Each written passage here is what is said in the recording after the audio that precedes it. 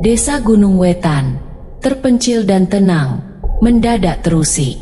Joko dan Nanda, wakil perusahaan tambang, datang untuk menyelesaikan keluhan warga. Malam pertama mereka, suara aneh mengusik desa, membuat warga panik dan bersembunyi. Apa rahasia yang tersembunyi di balik suara itu? Ingin tahu kelanjutan cerita selanjutnya? Tonton video ini sampai habis dan jangan lupa gunakan headset agar ceritanya lebih terdengar menyeramkan.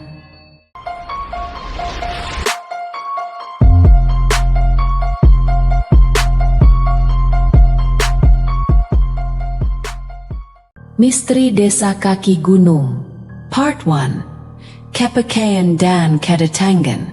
Ada sebuah desa terpencil di pedalaman Jawa Tengah yang dikenal sebagai Desa Gunung Wetan. Desa ini tidak hanya terisolasi secara geografis, tetapi juga dalam kehidupan sehari-hari penduduknya. Dikelilingi oleh hutan yang rindang dan hanya dapat diakses melalui satu jalan sempit. Desa Gunung Wetan terdiri dari beberapa puluh keluarga. Mayoritas penduduknya adalah orang tua. Anak-anak muda mereka telah merantau ke kota-kota besar mencari kehidupan yang lebih baik. Penyusunan desa dan kepercayaan. Yang unik tentang Desa Gunung Wetan adalah penataannya yang sejajar. Seperti kota-kota di film Kobel, semua rumah dibangun berjejer di pinggir jalan utama desa. Ini bukan hanya untuk kemudahan akses, tetapi juga berdasarkan kepercayaan yang turun-temurun dari penduduk setempat. Mereka memegang pantang untuk tidak membangun di belakang rumah-rumah lainnya, karena diyakini bahwa hal ini dapat mengganggu kehadiran makhluk gaib yang mereka sebut sebagai setan cincing. Suasana desa dan kehidupan sehari-hari. Kehidupan di Desa Gunung Wetan sangat sederhana. Penduduknya tidak memiliki pekerjaan tetap. Mereka mengandalkan uang kiriman dari anak-anak mereka yang merantau. Desa ini menjadi tempat peristirahatan bagi orang-orang tua yang mencari ketenangan dan kedamaian di tengah alam yang indah namun juga misterius. Di tengah desa mengalir anak sungai kecil dari Sungai Bengawan Solo, tempat warga kadang-kadang pergi memancing untuk mengisi waktu luang. Meskipun kehidupan di desa ini terasa tenang, ada satu hal yang sangat mencolok, tidak ada listrik. Lampu minyak menjadi satu-satunya sumber cahaya di malam hari, menciptakan suasana remang-remang yang memperkuat suasana misterius desa. Kedatangan Joko dan Nanda. Hari itu, suasana di desa berubah ketika dua orang kota tiba. Joko, yang berusia 34 tahun, dan Nanda, yang berusia 27 tahun, adalah perwakilan dari sebuah perusahaan tambang. Mereka dikirim untuk menyelesaikan masalah yang muncul akibat aktivitas tambang batu dan pasir yang baru-baru ini dibangun di dekat desa. Keluhan penduduk tentang getaran hebat dan kerusakan rumah mereka menjadi perhatian utama perusahaan. Joko dan Nanda disambut dengan baik oleh Pak Handoko, salah satu tokoh penting di desa. Meskipun usianya tidak terlalu tua, Pak Handoko dihormati karena kebijaksanaan dan sikapnya dalam menghadapi tantangan. Mereka diundang untuk tinggal di sebuah rumah kosong yang biasanya ditempati oleh pemiliknya yang merantau. Pengumpulan data dan kejadian misterius. Pada hari pertama di desa, Joko dan Nanda berhasil mengumpulkan data dengan lancar. Mereka mendengar keluhan warga tentang kerusakan yang disebabkan oleh getaran tambang. Joko menjelaskan kepada penduduk bahwa setelah tambang beroperasi penuh, getaran semacam itu tidak akan lagi terjadi. Kami hanya memerlukan tenaga besar untuk memulai, tapi nanti semuanya akan normal, kata Joko dengan keyakinan. Pak Handoko membantu menjelaskan penjelasan Joko kepada warga menggunakan bahasa Jawa mereka sendiri. Baiklah, sudah larut malam. Silakan pulang, mandi, makan, dan istirahat, kata Pak Handoko, mengizinkan Joko dan Nanda untuk kembali ke rumah tempat mereka menginap. Malam yang mencekam. Malam itu turun dengan gelap yang menyelimuti Desa Gunung Wetan. Lampu minyak dinyalakan satu persatu oleh penduduk, termasuk Joko dan Nanda. Mereka mandi di kamar mandi sederhana yang airnya berasal langsung dari sumur desa, memberikan sensasi dingin yang menyegarkan di tengah panasnya hari. Setelah makan malam, Joko dan Nanda duduk di beranda rumah kosong itu. Cahaya lampu minyak memberikan suasana yang tenang meskipun malam semakin larut. Penduduk desa masih beraktivitas di luar, mengobrol dan bertukar cerita seperti biasa di komunitas kecil mereka. Namun, ketenangan ini tiba-tiba terganggu oleh suara aneh dari kejauhan. Kring-kring. Suara lonceng yang berulang-ulang terdengar dari ujung jalan desa yang panjang. Semua mata seketika menatap ke arah suara itu berasal. Suasana desa berubah menjadi tegang, dan tanpa aba-aba, penduduk mulai masuk ke dalam rumah masing-masing. Lampu minyak dipadamkan dengan cepat, dan jendela serta pintu dikunci dengan rapat. Joko dan Nanda bingung. Mereka saling menatap, mencoba memahami apa yang sedang terjadi di desa ini. Tiba-tiba, Pak Handoko muncul, berlari mendekati mereka dengan wajah penuh kepanikan. "Masuk, masuk!" serunya sambil memimpin Joko dan Nanda masuk ke dalam rumah. Mereka mematikan semua lampu dan mengunci semua pintu dan jendela. Pak Handoko duduk di ambang pintu, menahan napas dan mencoba mengatur dirinya. "Mas Nanda, Mas Joko," ucapnya dengan nada serius. "Jika kamu mendengar suara itu lagi masuk ke dalam, jangan menyalakan cahaya. Kunci semua pintu dan jendela, dan jangan sekali-sekali mencoba melihat keluar." "Yoko penasaran, mengapa, Pak?" "Itu suara setan cincing," jawab Pak Handoko dengan serius. "Jika dia datang ke sini, itu artinya dia sedang mencari mangsa. Dan jika dia mengetahui keberadaanmu, kalian bisa menjadi korban." "Ngeri!" seru Nanda dengan ketakutan yang semakin bertambah. Suara lonceng terus terdengar di luar, menciptakan atmosfer yang semakin mencekam di dalam rumah itu. Pak Handoko melanjutkan, "Dahulu, ada anak muda yang ketahuan oleh setan itu. Mereka ditemukan di pagi hari, lemas dan tanpa daya. Mereka masih hidup, tapi seperti tidak bergerak dan tidak bisa bicara. Itu sebabnya, jika mendengar suara itu, kalian harus patuh pada aturan ini." Malam itu, Pak Handoko tidur bersama Joko dan Nanda di rumah kosong itu. Suara lonceng terus menggema, bahkan ketika mereka mencoba untuk tidur.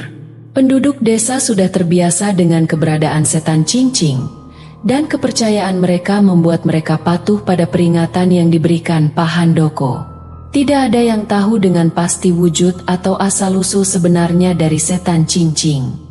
Mereka hanya mengenalnya lewat suara lonceng yang mengiringi kehadirannya. Kepercayaan lama ini membuat semua rumah di desa Gunung Wetan dibangun sejajar di pinggir jalan utama, sehingga suara itu dapat terdengar oleh semua penduduk desa. Ini juga mengarahkan setan cincing untuk hanya berjalan lurus, tanpa berbelok ke jalan-jalan samping atau ganggang lain di desa. Misteri Desa Kaki Gunung Part 2. Kejadian mengerikan. Pagi yang menakutkan. Keesokan paginya, suasana di desa Gunung Wetan terasa lebih tegang setelah kejadian mengerikan semalam. Joko dan Nanda, meskipun sangat terguncang, sepakat untuk tidak membicarakan apa yang mereka alami. Mereka melanjutkan tugas survei mereka seperti biasa, mengunjungi setiap rumah dan mencatat informasi yang diperlukan. Namun, ketegangan masih terasa di udara, meskipun penduduk desa berusaha bertingkah seolah-olah tidak ada yang terjadi. Ketegangan di udara. Selama interaksi mereka dengan penduduk desa, tidak satupun dari mereka mengungkapkan atau menyentuh tentang kejadian semalam. Semua tampak mencoba untuk menjaga kesan sehari-hari yang tenang, sementara Joko dan Nanda sendiri juga enggan untuk menggali lebih dalam. Mereka memutuskan untuk menunggu waktu yang tepat untuk bertanya kepada Pak Handoko tentang apa yang sebenarnya terjadi. Waktu berlalu dengan cepat, dan sebelum mereka menyadarinya, tugas mereka selesai. Malam pun tiba, dan seharusnya mereka dijemput besok pagi oleh perusahaan. Namun, karena kendala logistik, mereka harus menginap 1 malam lagi di desa itu. Mereka memilih untuk tetap berada di dalam rumah kosong tempat mereka menginap, mencoba untuk menghindari suasana yang mencekam di luar. Pertanyaan dan rasa penasaran. "Saya penasaran, Mas Joko," ujar Nanda, merebahkan dirinya di atas tikar di lantai, mencoba untuk meredakan ketegangan. "Bagaimana ya bentuk setan cincing?" Joko menoleh dengan ekspresi lelah. "Mana aku tahu, Nanda," jawabnya singkat. Nanda terus memikirkannya. "Saya ingin tahu, tapi juga takut. Mungkin kita bisa mencari cara untuk melihatnya." Joko menggeleng. "Lebih baik jangan. Ikuti saja apa yang Pak Handoko katakan. Ini malam terakhir kita di sini. Lebih baik aman." Suara misterius. Tiba-tiba, suara seseorang dari luar rumah mengejutkan mereka. Seseorang berjalan dengan terburu-buru, teriak-teriak, "Cing-cing, sing-sing." Joko segera berdiri dan melangkah keluar. Saat dia mencapai pintu, dia melihat semua penduduk desa lainnya bergerak serentak, memasuki rumah mereka masing-masing dan menutup pintu rapat-rapat. Lampu-lampu minyak padam dengan cepat, mengubah desa menjadi gelap gulita. Kring-kring. Suara lonceng terdengar lagi dari kejauhan, membuat Joko segera mengikuti langkah-langkah penduduk desa lainnya. Mereka menutup pintu rapat dan memadamkan lampu minyak, membiarkan kegelapan menyelimuti desa.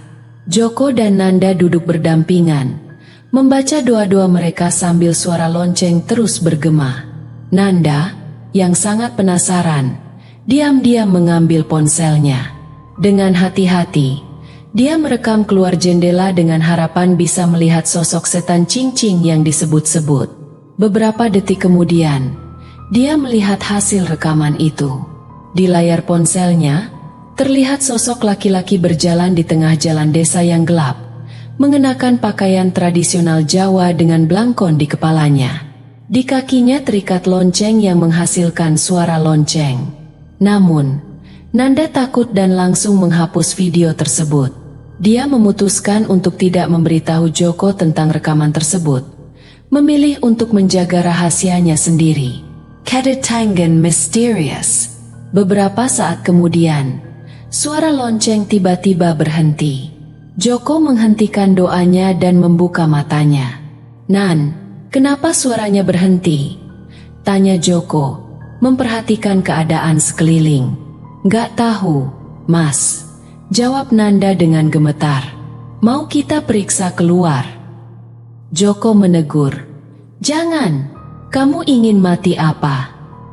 Mereka akhirnya memutuskan untuk tidur, meskipun sulit untuk benar-benar tertidur dalam suasana yang tegang seperti itu. Panggilan Mysterious. Tiba-tiba, suara Pak Handoko terdengar dari luar, memanggil mereka dengan suara yang terburu-buru. "Pak Han," ucap Nanda, membuka mata dan duduk di tikar. "Ayo, kita keluar," kata Joko, berdiri dan membuka pintu. Nanda mengikutinya dengan hati-hati. Namun, ketika mereka membuka pintu, mereka terkejut. Tidak ada seorang pun di luar, termasuk Pak Handoko yang seharusnya berada di sana. Konfrontasi dengan setan cincing. Joko dan Nanda bingung, memanggil-manggil Pak Handoko tanpa jawaban. Mereka berjalan beberapa langkah ke depan, mencoba mencari tahu apa yang sedang terjadi. "Pak Han," panggil Joko, tetapi tidak ada jawaban. Nanda mendekatinya. "Tidak ada orang, Mas. Sepi sekali di sini." "Mari kita kembali ke dalam," kata Joko, menghadapkan tubuhnya ke pintu rumah mereka. Namun, sebelum mereka bisa masuk, suara lonceng kembali terdengar. Kali ini hanya satu kali, tapi suaranya datang dari belakang mereka. Mereka merasa bau aneh di udara. Mereka berdua terkejut, menoleh ke belakang dengan hati yang berdegup kencang.